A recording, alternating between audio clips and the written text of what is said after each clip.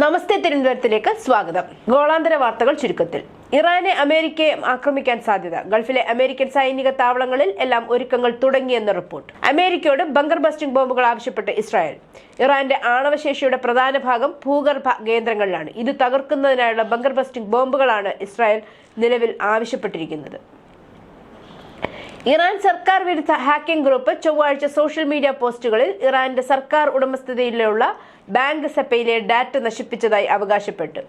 ഗൊഞ്ചേഷ് K ദരാങ്ദെ അഥവാ predatory sparrow എന്നറിയപ്പെടുന്ന സംഘം ഇറാന്റെ സൈന്യത്തിന് ധനസഹായം നൽകുന്നുവെന്ന് ആരോപിച്ചാണ് ബാങ്ക് ഹാക്ക് ചെയ്തതെന്ന് ഓൺലൈനിൽ പോസ്റ്റ് ചെയ്ത സന്ദേശങ്ങളിൽ ഒന്നിൽ പറയുന്നു. ഇറാനെതിരെ ഭീഷണിയുമായി ഇസ്രായേൽ പ്രതിരോധ മന്ത്രി. സദ്ദാം ഹുസൈന്റെ പാത പിന്തുടരുന്നവരെ കാത്തിരിക്കുന്നത് സദ്ദാം ഹുസൈന്റെ വിധിയെന്നാണ് ഭീഷണി. ഇറാന്റെ പരമോന്നത നേതാവ് ആയത്തുള്ള ഖമേനി ഇറാഖ് മുൻ ഭരണാധികാരി സദ്ദാം ഹുസൈന് സമാനമായ വിധി നേരിടേണ്ടി വരുമെന്നാണ് ഇസ്രായേൽ പ്രതിരോധ മന്ത്രി കാറ്റ്സ് പറഞ്ഞത്. പാകിസ്ഥാൻ തലസ്ഥാനമായ ഇസ്ലാമാബാദിലേക്ക് വെള്ളമെത്തിക്കുന്ന ഖാൻപൂർ അണക്കെട്ടിൽ വെള്ളം നിലച്ചതായി പ്രാദേശിക മാധ്യമങ്ങൾ. ഖാൻപൂർ അണക്കെട്ട് സിന്ധു നദിയുമായി ബന്ധിപ്പിച്ചിരുന്നു. ഈ സാഹചര്യം ഇസ്ലാമാബാദിലേക്കും റാവൽപിണ്ടിയിലേക്കുമുള്ള ജലവിതരണത്തിന് ഉണ്ടായേക്കാവുന്ന പ്രത്യാഘാതങ്ങളെക്കുറിച്ചുള്ള ആശങ്കകളും ചോദ്യങ്ങളും ഉയർത്തിയിട്ടുണ്ട്. ഇറാനും ഇസ്രായേലും തമ്മിലുള്ള സംഘർഷത്തിൽ ആദ്യമായി പരസ്യ പ്രതികരണവുമായി ചൈന. സംഘർഷത്തെക്കുറിച്ച് കടുത്ത ആശങ്ക അറിയിച്ച ചൈനീസ് പ്രസിഡന്റ് ഷീ ജിൻപിങ് മേഖലയിലെ സ്ഥിതി ഉടൻ ശാന്തമാക്കണമെന്ന് പ്രസ്താവനയിൽ ആവശ്യപ്പെട്ടു.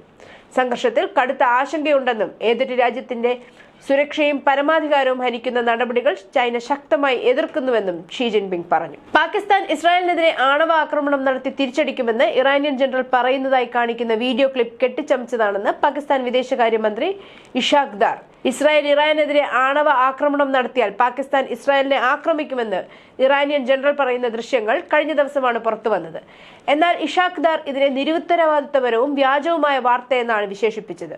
ബ്രിട്ടീഷ് വാർത്താ ഏജൻസി ഏറ്റെടുത്തത് സത്യം അറിയാതെ പ്രസിദ്ധീകരിച്ചതുമാണെന്ന് ഇഷാഖ് ദാർ പറഞ്ഞു. കനനാസ്കസിൽ നടന്ന 51ാമത് G7 ഉച്ചകോടിയിൽ ഫ്രഞ്ച് പ്രസിഡന്റ് ഇമാനുവൽ മാക്രോണുമായുള്ള നിശബ്ദ സംഭാഷണത്തിനിടെ കണ്ണുകൾ ഉരുട്ടി ഇറ്റലി പ്രധാനമന്ത്രി ജോർജിയ മെലോണി. ക്യാമറയിൽ പതിഞ്ഞ ഈ നിമിഷം ഓൺലൈനിൽ വൈറലാണ്. 5 ദിവസത്തെ ഔദ്യോഗിക സന്ദർശനത്തിനായി അമേരിക്കയിലെത്തിയ പാകിസ്ഥാൻ സൈനിക മേധാവി ജനറൽ സയ്യിദ് അസിം മുനീർ നാണം കെട്ടു.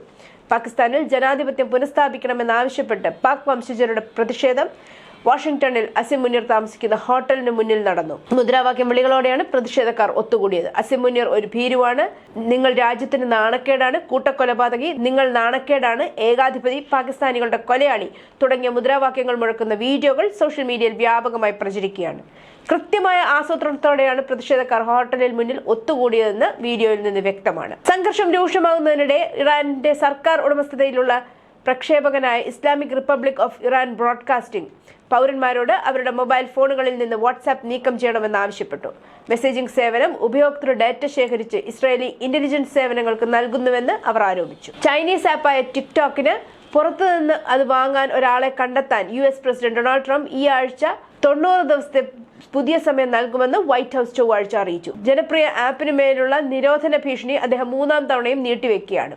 ജനുവരിയിൽ ട്രംപിന്റെ സത്യപ്രതിജ്ഞയ്ക്ക് തലേ ദിവസം മുതൽ ദേശീയ സുരക്ഷാ കാരണങ്ങളാൽ ടിക്ടോക്കിന്റെ വിൽപ്പനയോ നിരോധനമോ ആവശ്യപ്പെടുന്ന ഒരു ഫെഡറൽ നിയമം പ്രാബല്യത്തിൽ വരേണ്ടതായിരുന്നു. US president Donald Trump Pakistan army chief general Syed Asim മുനീറുമായി കൂടിക്കാഴ്ച നടത്തും. ജൂൺ 14 നടന്ന US ആർമിയുടെ 250ാം വാർഷികാഘോഷത്തിൽ മുനീറിനെ ക്ഷണിച്ചിട്ടില്ലെന്ന് വൈറ്റ് ഹൌസ് പറഞ്ഞതിന് ദിവസങ്ങൾക്ക് ശേഷമാണ് കൂടിക്കാഴ്ചയെക്കുറിച്ചുള്ള റിപ്പോർട്ടുകൾ പുറത്തുവരുന്നത്. ചൊവ്വാഴ്ച പുലർച്ചെ റഷ്യ കൈവിൽ നടത്തിയ ഏറ്റവും മാരകമായ മിസൈൽ ഡ്രോൺ ആക്രമണത്തിൽ 12 പേർ കൊല്ലപ്പെടുകയും 138 പേർക്ക് പരിക്കേൽക്കുകയും ചെയ്തു.